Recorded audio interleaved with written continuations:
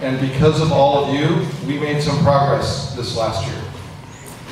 In a few weeks, on April 1st, the minimum wage will raise. We will have the highest. We were the first city, the first state, first jurisdiction in America to say we're going to go to $15 an hour, and we begin that process on April 1st. Because of you, we're going to start pre-K in Seattle for 3 and 4 years. And we know if those kids get that education, they will be reading at grade level and graduating from high school. And because of you, in June and September, we will put more buses on the street than any time since Metro was created in the 1970s. And it will be focused on key corridors like West Seattle that is desperate for more bus service. So going forward, we still have to work on it. The other thing I should mention is the money that I mentioned parks and the parks I got to play in the city as a kid. We're going to put more money into those parks and into the community centers. When we launched our effort on parks last spring, we were at the Hiawatha Community Center. You know, the basement of that looks just like it did when I was a kid, 50 years ago. So again, making this city livable, making this city affordable. Going forward, we're focused right now with the task force, similar to the one we use on minimum wage. We're going to come up with real results to identify how we're going to build affordable housing in this city so that people who work here can live here. That they don't have to spend 2 hours traveling from the outer suburbs into this city.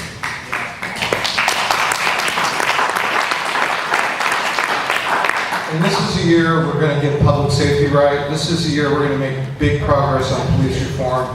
This is a year, as you saw today, that our brand new police chief hired a command staff that I think is going to be one of the best police command staffs in the nation. And this is a year that we're going to get police training and community relations right with this police force. So I don't want to go on and on because I want to take questions and comments, but it is incredibly good to be back home in West Seattle. And I don't see him here yet, but I do want to thank Tom Rasmussen. There he is. I want to acknowledge and thank Tom Rasmussen for his work. I first met Tom in my 20s when I was a young activist, and he was this like mature council staff guy. Not that much. Yeah, right. Tom is somebody who literally a long time ago, when it wasn't easy and it wasn't popular, was working on civil rights issues for LGBT people, working on seniors issues, and of course has been a great council member. And even before we had districts, we knew that Tom was a council member from West Seattle, so thank you, Tom.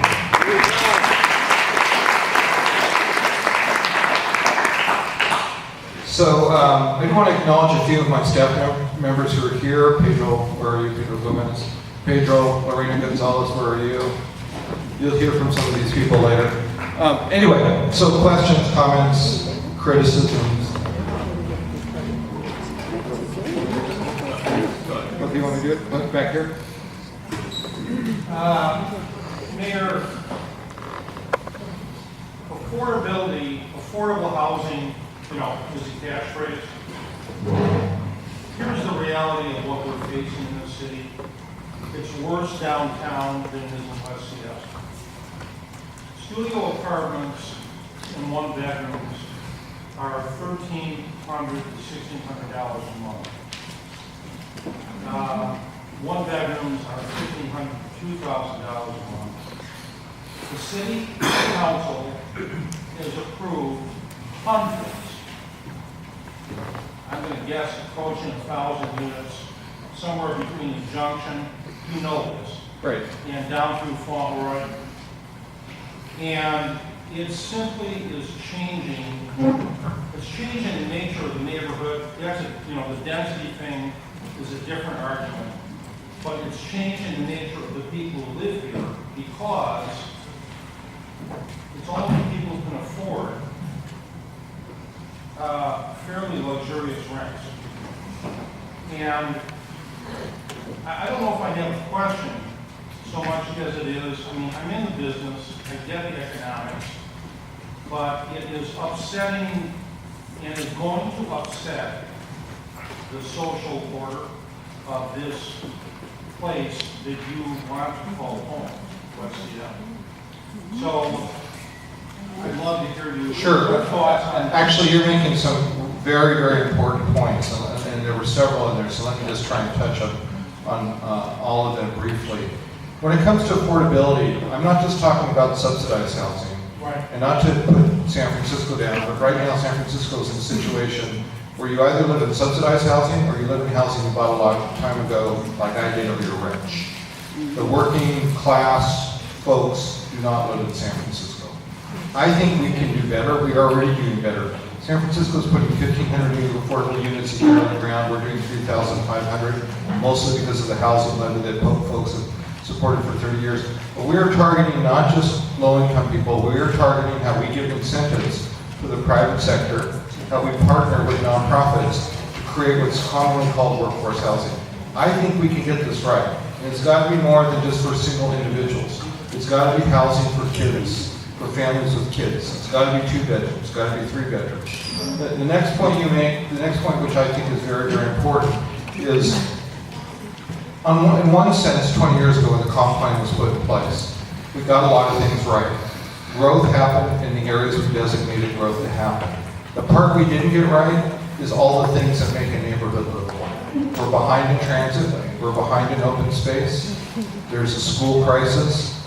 We've got to connect these 2 things. Or you're right, this will be, it will upset the social order because it will no longer be a livable city. I'm not being argumentative, I'm simply making the point, I hope, not being argumentative. No, I think you're making good points. That we're really in it's not really a housing crisis in urban America.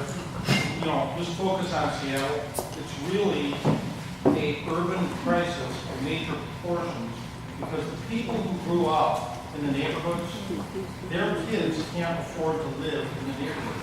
I'm not talking about a $700,000 house. I'm talking about rentals the city is approving hundreds and hundreds of units that don't have a market rate to affordable component. And we've kind of let the cat out of the bag here.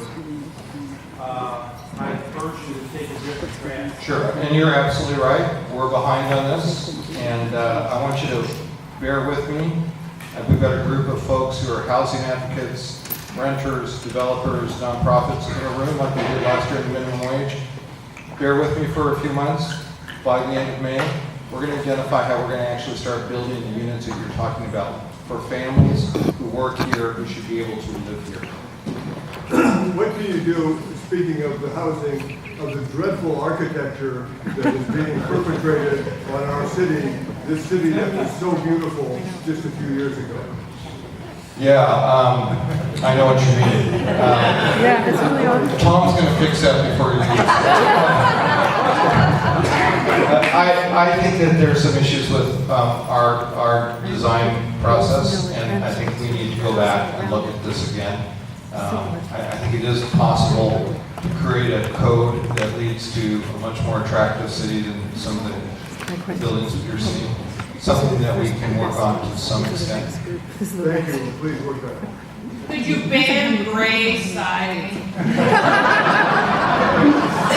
So, do you remember when this used to be called Terracotta City? Because a lot of our buildings had that.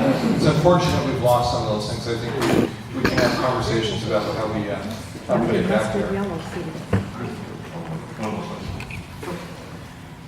Back in 2005 is when I moved to Seattle. And this city to me is how it's being very liberal, very open, the place that you want to live.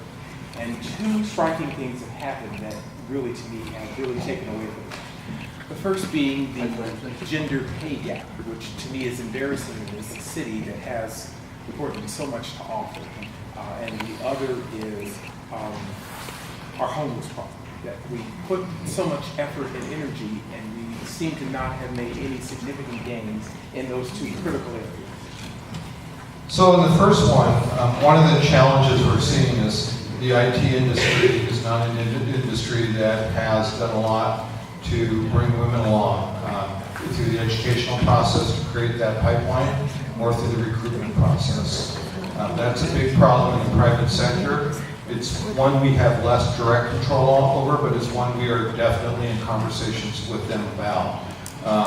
You know, you can go down to around Amazon and the IT sector there and see a lot of guys in their 30s and not that many women in their 30s. So we have a challenge. One of the things that we can do as a city and as a government is begin with young girls in grade school. Be sure they're learning how to write code. Be sure they're getting the training, the exposure, getting excited. Work with our universities and our community colleges to do the same, to build that pipeline. We have more to say on this, and we're doing some of these things in conjunction with the school district. We're in conversations with the university. We as a city, the city government itself is doing much better. There's some professions where we have to do significantly better. Not many female fighter fighters, not many female engineers in the city. Those are areas that we're targeting within the city government to look at how we actually recruit more women. The second issue, I have to tell you, this is one of probably the two most difficult issues I face as mayor. The issue of homelessness and housing. The issue of homelessness is not just limited to Seattle. All you have to do is spend some time in Olympia. You'll see the same encampments, the same people sleeping under bridges on the freeway property and the like. If you go down to Sacramento or San Diego or San Francisco, you'll see the same thing. We are in a national crisis. Let me just give you a number. I may have told some of you this before, but before the Great Recession, there were 3,000 school-age children who were homeless. That's children who are living with a relative, either couch surfing, sleeping in cars. Today, that number is 28,000 school-age children who are homeless. In Seattle. The system, that's statewide. Statewide. The system is overwhelmed because of what happened during the Great Recession. And this is a city that has stepped up big time. We give more money than most cities in America for homelessness. We need to look at how we spend that money better, I believe. We need to be sure that we're actually investing in human service agencies that get outcomes that reduce homelessness. But we need help. We need those county mental health beds. We need addiction services. We need the federal government to be our partner. It's one thing for Seattle to lead and go, we are so great, and we are, and we're being very innovative. But we by ourselves cannot solve the problem of homelessness. We need partners at the state level. We need partners at the federal level. I'd encourage you to keep pushing me, but I'd encourage you to push our federal delegation as well. It's a sequestration, the money we lost for homelessness for single individuals during the sequestration, when Congress agreed to then put the budget back in play, they never restored that money. So it's very, very, very, very difficult. But I think we can do something. But we're going to need partners. Thank you, President. Thank you. It's good to see you all.